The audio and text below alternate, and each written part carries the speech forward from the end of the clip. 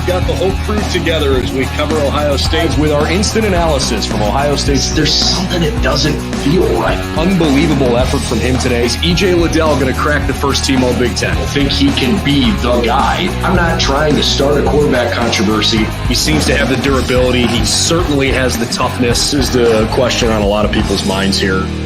Welcome to Buckeye Breakdown. Well, good morning, everybody, and welcome to Buckeye Breakdown on Wednesday of Week 3. The Ohio State Buckeyes getting ready for the Toledo Rockets this week, and we're going to get you ready with a look behind enemy lines, tell you what to expect when Toledo comes to Columbus on Saturday. I'm Brendan Gulick, and we've got a special guest with us here this afternoon. I guess it's this morning. It is this morning. So Ryan Cavanaugh, who is a terrific college football analyst for ESPN and a very close friend, had the Toledo LIU game to open the season. So we figured what better way to get an insight on Toledo than somebody who not only saw them play in person, but had a chance to talk with their coaching staff and get to know some of their guys as he got ready for Week 1. Ryan, thanks for spending some time with us, man. How are you? I'm great, Brendan. Thanks for having me on. It's a pleasure. Let's just kind of start off the top with the most obvious question. This is a fun time in college football because the Sun Belt looked really good last weekend. They've had their moment in the sun, right? Marshall beats Notre Dame. App State not only almost beat North Carolina the week before, but they pull off a really wild victory at Texas A&M. On a smaller level, a MAC team got upset by an FCS team last week in 7 overtimes. Eastern Kentucky beat Bowling Green.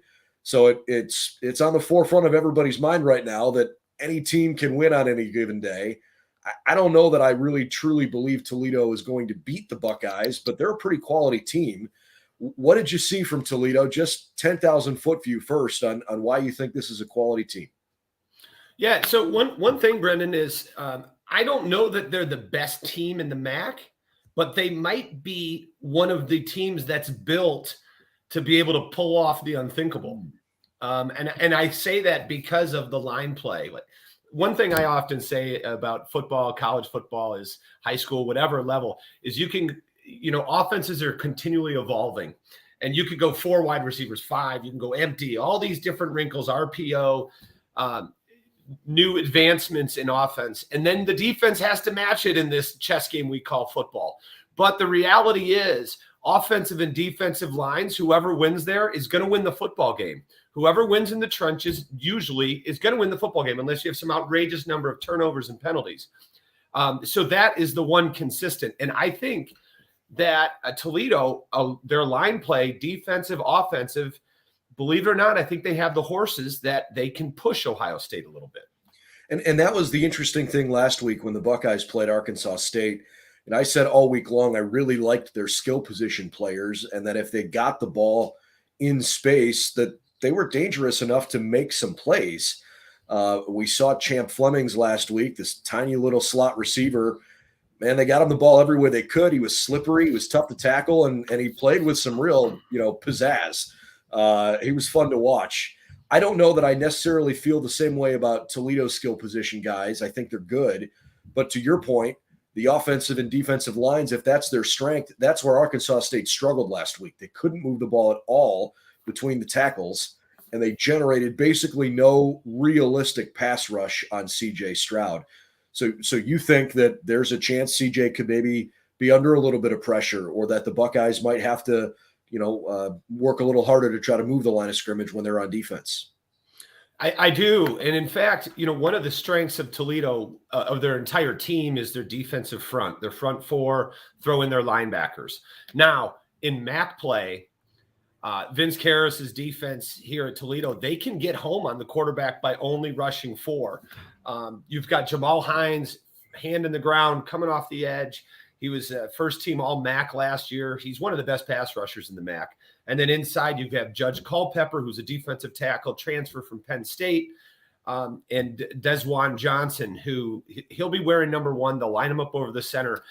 Frankly, LIU, we're not talking the same level of competition as Ohio State. We're not. Let's not make any mistakes about that. However, their center could not block Desjuan Johnson. I mean, he's 280, 290 pounds, and he could not block him. And Johnson he's one of these guys that, I asked Coach Karras from Toledo, who is most excited on your defense to hit somebody? Because it was week 1. Who's most excited to hit somebody that he's not going back in the locker room with after practice? And he's like, well, we've got a lot of candidates, but Desjuan Johnson is chomping at the bit. And I'm telling you, Brendan, he played like he was ready to hit somebody that was heading back to Long Island, not staying in Toledo. That's a great question. I love that.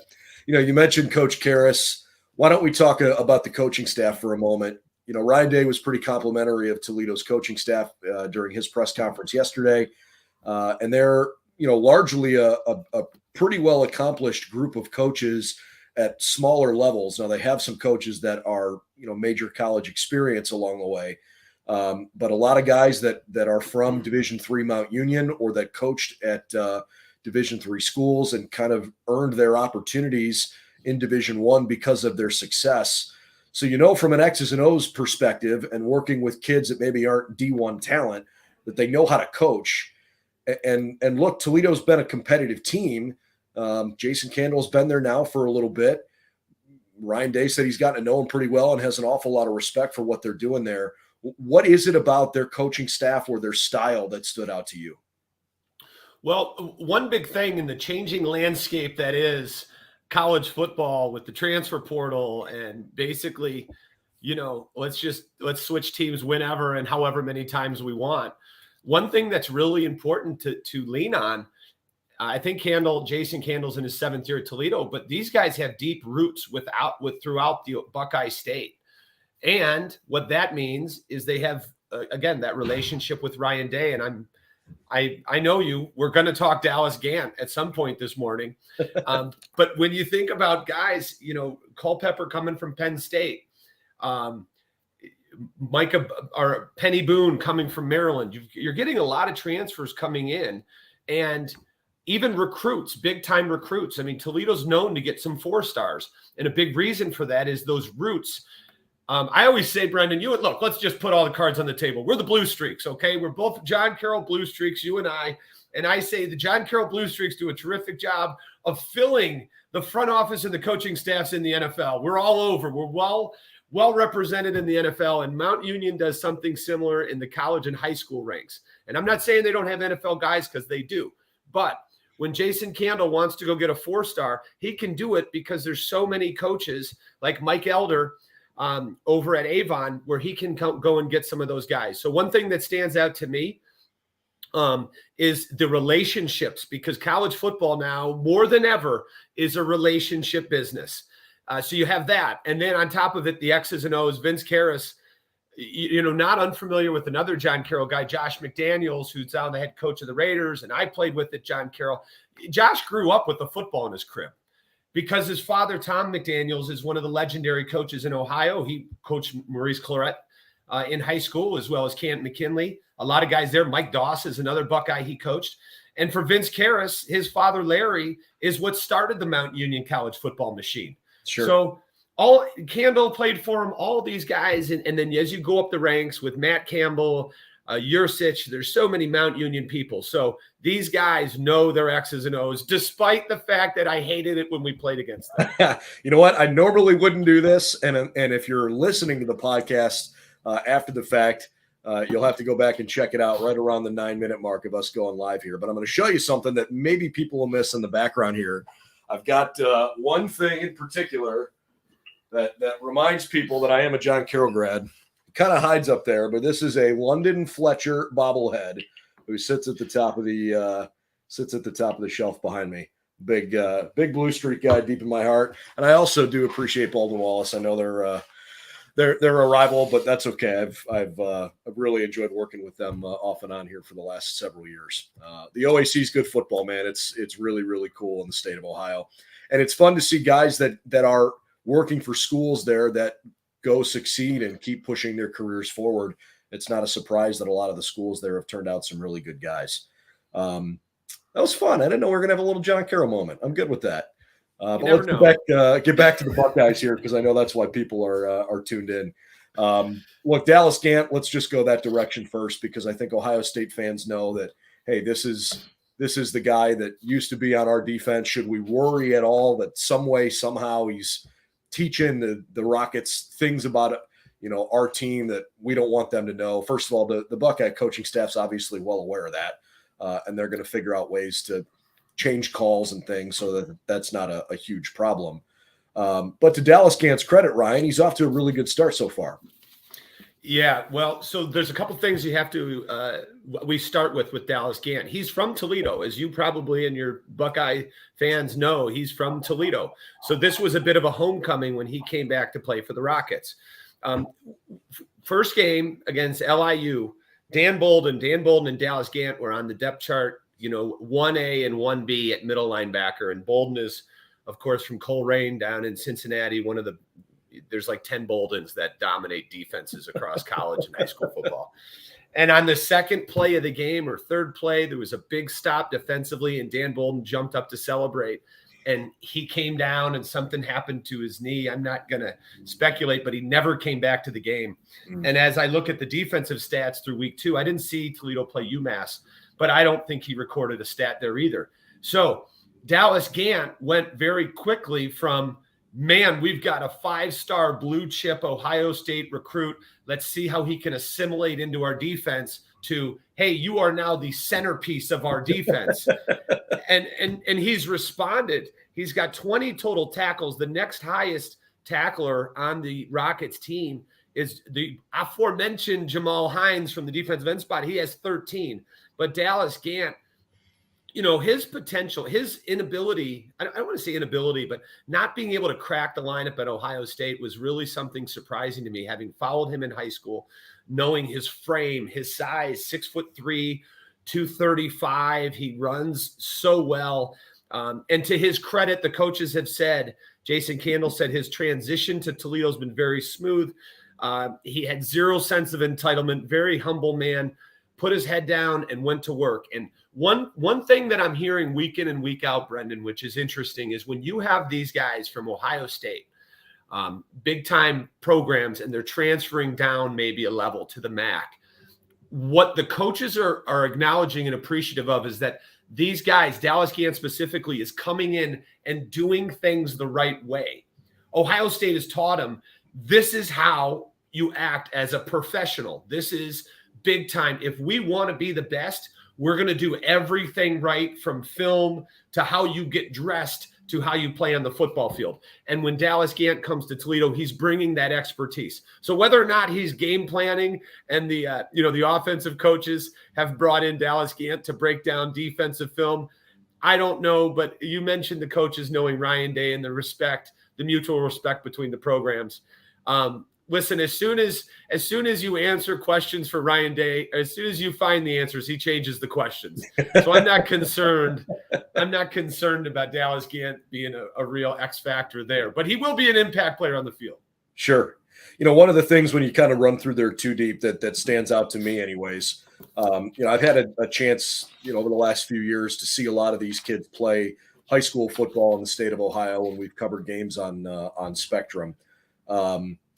And they've got kids that come from typically really good schools. I mean, they're often getting some of the top end players from really good programs. Archbishop Hoban produced Nate Bauer, their starting safety. He was high school teammates with Ohio State linebacker and transfer Chip Traynum. Nate Bauer was a really, really good player for an Archbishop Hoban team that won several state championships. Devin Maddox, one of their better wide receivers, a kid from St. Edward High School out on the west side of Cleveland. St. Ed's has arguably had the best team in the state of Ohio, certainly at Division I the last couple of years. Some kids from Avon and Cincinnati. Their starting right guard, Nick Rossi, is from Olentangy Liberty High School here in the Columbus area. So I guess I say all that to point out that they've obviously got a program right now that's clicking to the point that their coaching staff has some authority, some recognition when they are walking into some of these better high schools. People aren't saying, Toledo's recruiting me. It's, hey, Coach Candle's here or Coach Karras is here. And I want to hear what they have to say because they're building something really solid in Northwest Ohio. Yeah, they really are. And again, going back to that, a lot of those names you just mentioned, those are players. Vinny Scurry, their left guard, went to Massillon Perry. The head coach at Massillon Perry for Vinny Scurry is a guy named Keith Wakefield. I think we did one of their games, Brendan, at some point. And Keith Wakefield, when Jason Candle was the offensive coordinator at Mount Union, Keith Wakefield was his offensive line coach. Mm-hmm. And then Wakefield goes back to Perry. And then, Candle goes to Toledo. And guess what? He's going to get his best lineman. And Scurry is a guy who potentially could have gone to a higher level. So that's helping him. One other thing is we're going to talk about recruiting. I know that maybe there's not going to be a universal acknowledgement that this city knows how to play football. But Jason Candle, the close proximity to Detroit, he's done a terrific job recruiting that area. Cass Tech, where Mike Weber went to, and then Martin Luther King, where their quarterback, DeQuan Finn. So that Detroit has proven to be a very, very fertile recruiting ground for the Toledo Rockets. And I was going to say, spoken like a true Detroit guy. That's right. Well, look, I can share a lead. I'm kind of like Toledo, Brendan. I love the Buckeye State, and I love the mitten up there, the Detroit area and the Motor City. So Ryan was a college quarterback at John Carroll, and he's now a really, really good football analyst for ESPN coverage of college football. You can see him often throughout the course of the fall. Ryan, our guest here this morning on Buckeye Breakdown. Why don't we go to quarterback for a second? Because I guess my first thought is, okay, Arkansas State last week moved the ball at times okay. They never scored a touchdown. The Buckeye defense, Jim Knowles acknowledged yesterday in his press conference that he hates the idea of bend but don't break. He said he really doesn't want his defense to be described like that because he views it as his job to get off the field as quickly as possible. It's just don't bend and don't break. But they've been good enough to be effective here through these first couple of games. When you see Toledo's offense and what they're putting out there, I know you talked about this, the strength you think might be their offensive line. Where do you think they could exploit the Buckeyes? Where could they have some success? Well, let's go all three layers of the offense real quick, skill position wise. And by the way, that offensive line, they've had injuries, they've had people. So when this is the first time these five are playing together, but they each have significant starting experience. It's like Nick Rossi, who you mentioned from Olentangy Liberty, missed last year due to an injury, but he started every game before that. So if those guys getting together and gelling, they're only going to get better. But at the quarterback position, DeQuan Finn last year threw for 18 touchdowns and only 2 interceptions. And one of those interceptions was a tip ball. He started 7 games last year, and now they feel real good about him kind of having the keys to the Corvette and being the unquestioned leader of this offense. He is a dual threat player, and I'm actually shying away from using that anymore because it seems like every coach is going to tell you his quarterback's a dual threat. And you're like, yeah, I mean, I am too, because I can run, but I'm not running away from anybody, but I think DeQuan Finn is, last year he had the numbers to prove it, 505 yards on the ground and 9 touchdowns through 7 games. I think that's impressive. Now, when you go to the running backs, they lost Bryant Koback, who is on the practice squad with the Vikings, and they're using a running back by committee to replace him because Koback was one of the leading rushers in the history of Toledo football. So we mentioned Penny Boone, transfer from Maryland. There's not going to be a lot of shake and bake out there, Brendan, but he's going to try and run you over. And I guess he's the lead back. He's got 19 carries. But Jaquez Stewart, who is a faster back, Micah Kelly, who can catch out of the backfield, and Willie Shaw, who Jason Candle called a wild card. He's just had a tremendous camp, and he's battled injuries, rolled his ankle. But Willie Shaw is a guy who you might see as an impact player because you can't, you're not going to beat Ohio State with grinders. Like you mentioned at Arkansas State, the guy you want to see get the ball in space and you're going to need some chunk plays and some dynamic scoring plays, I think, to beat Ohio State, because the war of attrition is going to be won by the bigger, stronger guys. Over the course of the game, Ohio State should wear down Toledo and just about everybody else on their schedule until you get into the playoffs. That's how Ohio State's built, and that's the brand of football they play. So mixing up the running backs and changing the look, I think, will be beneficial for Toledo. And then finally, at the wide receiver position, you mentioned Devin Maddox from St. Ed's. He can take the top off the defense. He's, as Jason Candle called him, he's a guy who can score from 99 yards out, and you don't have a lot of those on the football field. He has the speed and the athleticism and the receiving ability to hang with Ohio State. He didn't play in the Long Island game. He only recorded one catch for 11 yards last week. Of course, that was a touchdown, but he had an injury and he's working his way back. I don't know what percent Devin Maddox is going to be, but in his stead, Demir Blakumsey has 13 catches, far and away the leader of the Toledo Rocket defense. He's a bigger receiver. I don't know that he's one of those take the top off the defense kind of guy. So when you add those factors together offensively, Brendan, I think Toledo is going to have more of a slow-paced, grind it out, take what the defense gives you, and hope they have to hope they can come out of there with a lower scoring game, because that's their best path to victory. I think it's interesting that the line this week, at least as of right now on Wednesday morning, the line is 32. And I wonder how much of that is a reflection of what people betting on the game think of Toledo versus the 44-point line or 44.5 that we saw last week against Arkansas State. I think you're onto something with the formula to beat the Buckeyes is probably, hey, look, we gotta make this game kind of a slow, just operation, right? If you're Toledo, you're coming into the shoe, you're taking your time as best you can. When the clock is running, that's a good thing. Especially if you can, pick up a few first downs along the way. 3 and outs are going to hurt, but you play the field position game the best you can. And look, what happened 11 years ago has no bearing whatsoever on what's going to happen on Saturday.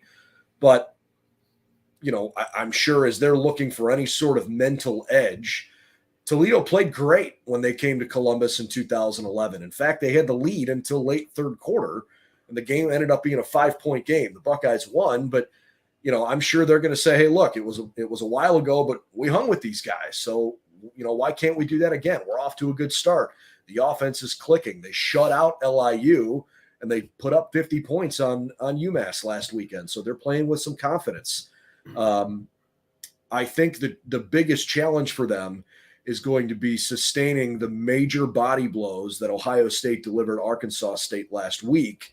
And those are the very quick 3-play, 70-yard scoring drives, because CJ throws a ball to Marvin Harrison Jr. that was just dropped out of the sky perfectly. Or Marvin goes and high points a ball over 2 defenders, and you're like, well, I don't know how you defend that, because that doesn't look defensible. I know you didn't really see a whole lot from LIU that was going to show, much of Toledo's true colors.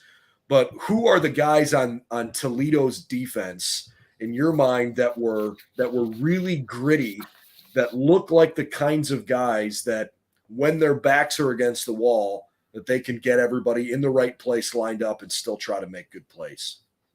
Yeah, well, Dallas Gant certainly is going to be a huge piece of this defense because of his ability to run and just identify plays and get there. So, if you go through the levels, Deontay Johnson also at linebacker, I think those two need to have a big game. All 4 of those guys I mentioned up front, Hines, Culpepper, Desjuan Johnson, Kayvon Butler, and Terrence Taylor, like that there's certain things that you can't game plan for. If you're Toledo, you just mentioned them. You can't game plan for CJ Stroud dropping dimes into one of the best wide receivers' hands in college football and Marvin Harrison Jr. They're going to make plays that it doesn't matter what you do.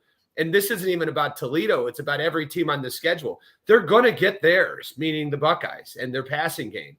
And then you look at the 2 running backs that they can roll out there. And, frankly, Toledo doesn't have running backs like that. With all due respect to the Rockets, and I've got a lot of it, But, Mayan Williams that's a Buckeye level player, and he's showing that.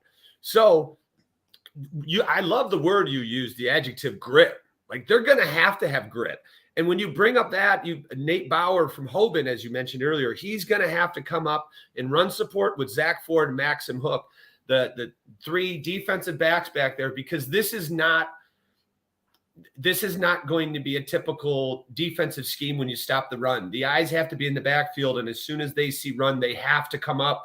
It's got to be that cliche 11 hats to the football if you're the Toledo Rockets, with an understanding, Brendan, that I did a game for Florida Atlantic a couple weeks ago with Willie Taggart, who college football fans should be well aware of who Willie Taggart was, Florida State, Oregon, et cetera, as a head coach. And believe it or not, he's only 46 years old, which blew my mind. Because Willie Taggart was the flavor of the month. He was the offensive genius in college football. But he mentioned that the motto for Florida Atlantic this year is, so what, now what? And I love it. It stuck with me because and Willie's such a high energy guy. He says the other team is trying also, like they're practicing their stuff. They're going to try and score, and they're going to try and stop you. And when something happens that isn't necessarily the way you would script out a football game, so what? And now what? How are we going to handle that? And I think that's really a motto and an ideology that Toledo and anybody who wants to knock off a big-time talent like Ohio State has to adopt. One last thing I'll say, Brendan, that you got me thinking when you said 11 years ago, so what? The coaches are going to lean on all those things you started this podcast with, the App State, all these recent, can you believe that happened? And say, when we open up the newspaper tomorrow morning, we want to be that team. We want to be that. Can you believe that happened? And it's not just in the Toledo Blade or the Columbus Dispatch, because this one's going national if Toledo's able to pull it off, Brendan. Oh, no doubt about that. Honestly, man, I know it sounds silly. I literally have goosebumps because I'm a college football fan. Of course, I want Ohio State to win. I enjoy covering the team, and I'm emotionally invested in them. But I love college football, and I love the underdog. And these games are fun because you get David versus Goliath, and Goliath wins 99.9% of the time. But sometimes you get Marshall or App State, on the road at Notre Dame or at Texas A&M. And it can happen. And that's exactly why Ryan Day yesterday was, frankly, as stern as he was. If you didn't catch the press conference in a couple minutes here when we wrap up, I super encourage you to check that out over on our YouTube channel. I had kind of walked Ryan Day down that path pretty early on. It was like the third or fourth question of the press conference, and basically said, look, you guys know what's happened in college football here. And I asked him, how happy are you with the level of attention to detail in your preparation as you get ready for teams that may not be the biggest teams on your schedule, but recognizing what's happened elsewhere throughout the country, do you feel like you guys are doing everything that's required to make sure that doesn't happen to you? And he was very quickly, he's like, look, I'm really critical, and I don't really care who we're playing. It's no offense to who we're playing. We need to be focused on us. And he made an interesting analogy. I didn't think he was going this route, but he said, look, if you go watch a world-class pianist and you want to see that person perform because they're world-class, all of the other things that could go wrong, you don't really care about. You just want to hear and see a good show.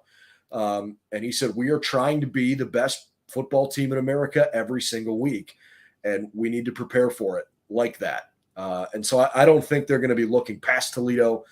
That doesn't have any indication on what the score is going to be. I'm not saying the Buckeyes are going to cover the spread or not. I'm not saying it's going to be a tight game or a blowout. But I do think the level of focus is heightened a little bit, probably as it is for other big programs, because sometimes the easiest lessons to learn are the ones that your counterparts struggled with. And so Ohio State certainly knows what can happen if they don't play well on Saturday. Couple more minutes with Ryan Cavanaugh. Let's ask about special teams here. I said it early in the week last week. Ohio State really doesn't have many special teams touchdowns in almost a decade. I think it's been 2014 since they last returned a punt for a touchdown, and maybe a few years longer for a kick. I said early in the week last week I thought Ohio State was going to score on special teams, which felt a little bit bold, but I really didn't love what I saw from Arkansas State's special teams unit. When you saw Toledo either kickoff, punt coverage, field goals, extra points, etc., did anything stand out to you that made you think they were a vulnerable group? Not in their coverage. In fact, their coverage unit, again, let's take this with a grain of salt. This was only, I think this is year 3 at the FCS level for Long Island. So, they're not just an FCS school. They're an FCS school that's trying to find their way. Sure. And when you talk about the transfer portal, I mean, there was a tremendous amount of players. Listen, when they showed up to the game and they put their uniforms on and they had name tags, I wasn't sure why they did that, but I'm just kidding. That was actually, their head coach, Ron Cooper, has been everywhere. Last year, he coached with Nick Saban. He's coached with Spurrier. He's coached, Mac Brown. 2 tours of duty with Lou Holtz. Ron Cooper knows everybody. So while I'm tongue-in-cheek joking about that, what that experience gives him is access to so many different big-time college programs where you go and you say, hey, who's your Dallas Gant? Who's your Justin Hilliard? And maybe that's unfair of Justin Hilliard, but, a guy who, hasn't found, maybe the experience hasn't been what he thought it was going to be. And I covered Justin Hilliard in high school. He's as good as any linebacker I saw at that level. But, and I think he ended up starting for a year or so. But yeah, he did after he finally got healthy. Okay, so you know what I'm saying. There's those people that, for whatever reason, they're not seeing the field. Yep. And LIU has a lot of those guys. I'm sorry, LIU. I'm talking too much about them. But so that being said, Toledo, there's nothing I saw, Brendan, to answer your question. There's nothing I saw that said they're susceptible to a big return. Now, conversely, Devin Maddox, who we talked about, the game-breaking speed, whether he's back on punt returns will tell us a lot about his health. I think that's something for Buckeye fans to look at, is number 8 back returning punts. The first time, if Toledo's able to make Ohio State punt, does Devin Maddox go back? Because, again, he's the guy that has the game-breaking speed, and he's really the guy who can hurt Ohio State in the special teams game. Let's wrap with an Ohio State-centric thought. We've talked about kind of the different position groups and a few guys at each level for Toledo. Look, Ohio State has shown a propensity to want to throw the football. Ryan Day loves to air it out. I think he's tried to be a little bit more balanced this year with the running game the first couple of weeks. Travion Henderson and Mayan Williams have been really, really good playing off of each other. But CJ certainly likes to chuck the football down the field. He's already over 5,000 career passing yards for a guy that didn't throw a pass in college until 15 games ago. What's the game plan for Ohio State, in your opinion? When you look at what Toledo brings to the table, how do you think the Buckeyes, both sides of the ball, are trying to game plan for this week? Yeah, well, we could start with the defense of Ohio State. They got to get after the quarterback.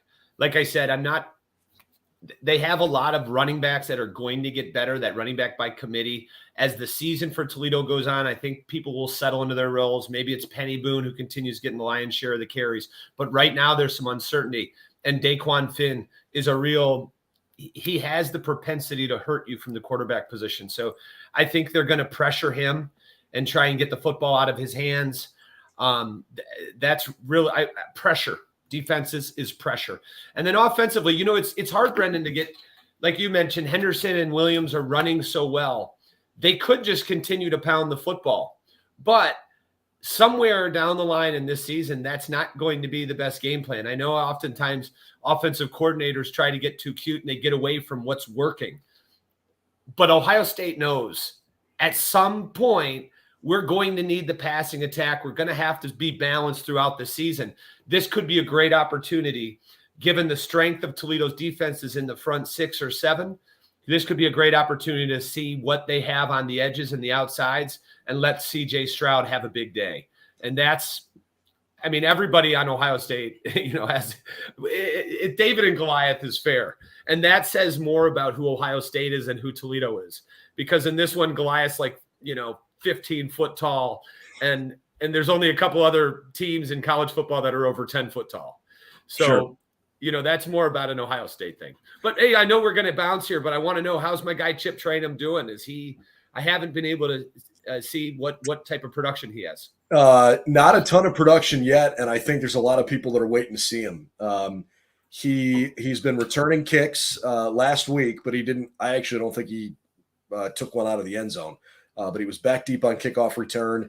Ohio State starting linebackers, Tommy Eichenberg and Steele Chambers have been really good, and Cody Simon is kind of in and out along with Steele.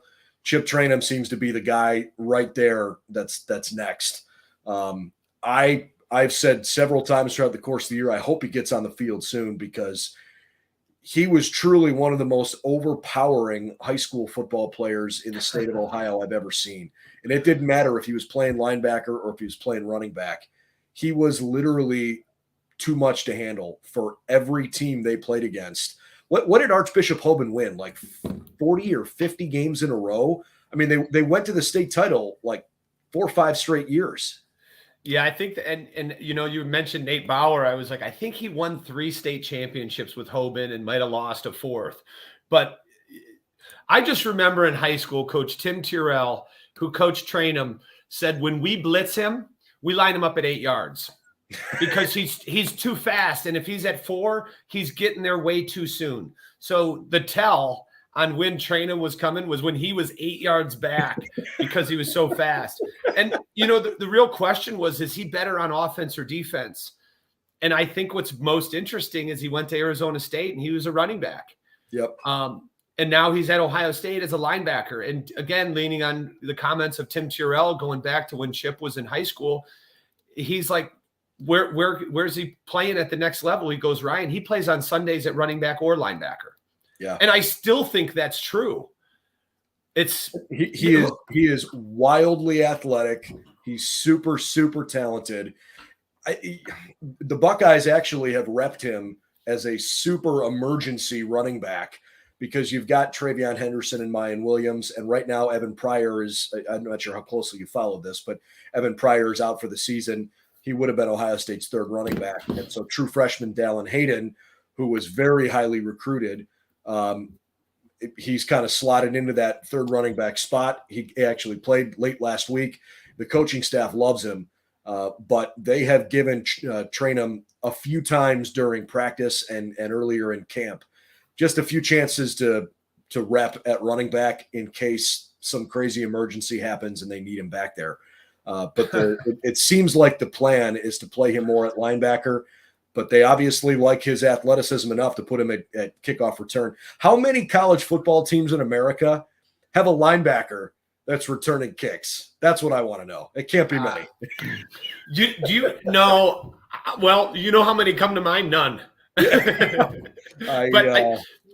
you know who he reminds me of from his high school into college? And your Buckeye, the listeners will all like this, is Darren Lee. Yeah. I like Darren that Lee comparison. Yeah. Well, he was a quarterback at New Albany, nicknamed Superman. And then he goes and he linebacker, and he could have returned kicks. Sure.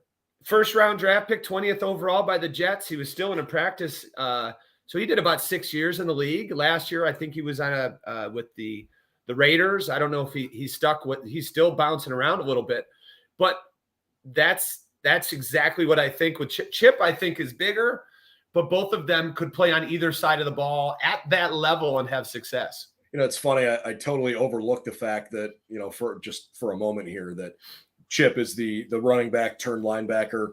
And obviously he's not even the only one in his position group to do that. Steele Chambers came to Ohio State as a running back. And frankly, I loved the way he ran the football a couple years ago. They moved him to linebacker, and now he's developed to the point where he's a starting linebacker.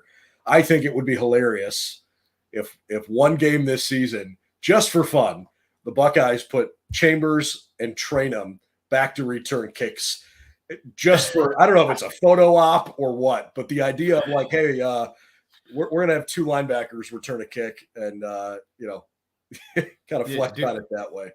Deal with it. Funny. That'd be Yeah, funny. I think that's a cool idea. You might be in the history books as like the first ever Division I college team to have two linebackers deep. The problem is, you're ignoring several other guys who might be slightly more well-practiced, I guess, at that. Yeah. Emeka Egbuka could certainly do it. Marvin Harrison could do it. But yeah, it'd be fun.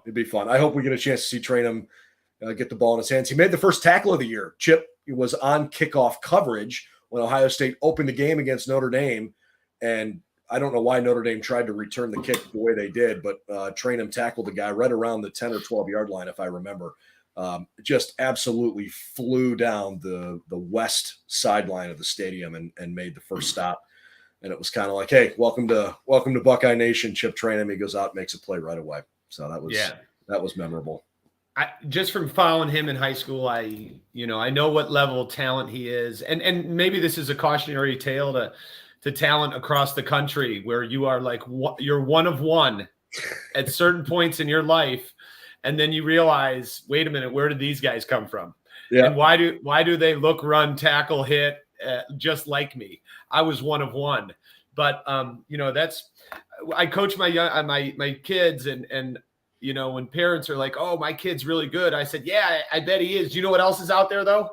Like Chip Traynum's out there somewhere, And one other comment I have to make is Steel Chambers. He only had one choice. He could either stay at running back and change his name or become a linebacker. I was going to say it's the best linebacker name in America for sure. Sure. Hey, I know this has been a Toledo focused podcast, but right before we jumped on, you shared a really cool story with me that I think our viewers are going to love, and it gives me a chance to plug this too. I had a silly, cool, unbelievable opportunity on Monday this week to play in the Pro Football Hall of Fame golf outing at Firestone Country Club, and I played 18 holes with Orlando Pace. He is as cool a guy as you would hope. He's doing really well. He's still a mountain of a human being. And then when we finished up after we were done playing, we went back to the Pro Football Hall of Fame and we sat down on camera for about 25 minutes and recorded a podcast. So if you haven't had a chance to check that out, he was super entertaining and talked quite a bit about his Ohio roots, how proud he is to be from Sandusky, how proud he is to be a Buckeye. We talked about his NFL, playing career, the Super Bowl, and ultimately ending in Canton. It was an awesome conversation. I think you guys would really enjoy it. So check that out on our YouTube channel or wherever you'd like to find your favorite podcasts. But Ryan, you and I talked about that right before we started the show. And you told me a story about roughly the time when Orlando was in high school that I really got a kick out of. I think other people would too. Yeah. So I'll give you the real quick short version let's go back. It's about 1995. I was a freshman in college, and I would, throughout high school and then college, I would work these quarterback camps in the Detroit area for Brother Rice, their head coach, Al Fracassa, who was a former Michigan State quarterback. And me and my brothers would be counselors along with other guys like Jim Miller from the Chicago Bears. He was a counselor there. So I got to work with some pretty high level quarterbacks. And Coach Fracassa was the head coach at Brother Rice. And back then, so this is for all the kids watching, there was nothing like huddle. In fact, you'd get an F if you spelled huddle because it's spelled wrong. There was no film exchange. You had to actually drive. So when Brother Rice was playing a team in Ohio, you had to drive. And that was rare. You didn't play teams from other states. It's not like now where St. Ed's is playing a team from Colorado this week and Florida next week. It wasn't like that. You stayed in your lane and you stayed where you were.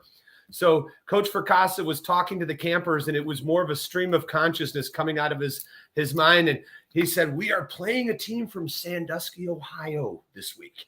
And they have a player who's 6'5" and 300 pounds. His name is Orlando Pace. And I don't know how we're going to block him. And as a freshman in high school, in college, my mind was blown because I'm like 6'5", 330 in high school. Now being on high school fields, that's actually more commonplace. But back then, when you talk about one of one, Orlando Pace truly was ahead of his time due to his size and athleticism. He was a great basketball player as well. So, Yeah, I never forgot the name Orlando Pace because of that moment. He was pretty hard to block no matter what level it was, and I know he thoroughly enjoyed his time in St. Louis. In fact, he still lives in St. Louis, and we had a chance to talk a little bit about playing for the greatest show on turf, and he spoke so highly of the guys that he played with on that team. A really cool conversation, but one of one and one of roughly 300 to be enshrined in the Pro Football Hall of Fame in Canton. Actually, Orlando and I wrapped our conversation with a really cool perspective on what he thinks his responsibility is to protect the history of the game and to foster the growth of the game moving forward. The guys that are enshrined in Canton have quite a responsibility, and he takes that pretty seriously. So please go check that out. I think you'd really like it. Ryan, this was a great conversation about the Toledo Rockets. The Buckeyes are favored by 32 points this week. I think the over-under is right around 60 or 61. I think, Ohio State feels pretty good about the way the offense played in week 2, and they're hopeful that week 3 will feature Jackson Smith and Jigba and Julian Fleming as long as they're 100% healthy. But we're certainly happy to get the perspective of somebody who's covered Toledo and been around their program earlier this year. So thanks for spending a little time with us, and we appreciate your insight. Anytime, my friend. Thanks for having me, and I'm going to go check out your interview with Orlando Pace right now. Thanks, brother. All right. Buckeye Breakdown available wherever you like to get your favorite podcast. Thanks for joining us live, though, this morning as well. You can support the show by subscribing to our YouTube channel and hit the notification bell so that when we go live. We had a great audience this morning, over 60 people at one point talking Ohio State versus Toledo. So thanks for jumping on. And for all the latest on Ohio State football, head over to BuckeyesNow.com. For Ryan Cavanaugh, I'm Brendan Gulick. Thanks for tuning in. Have a great Wednesday, everybody. We'll see you soon.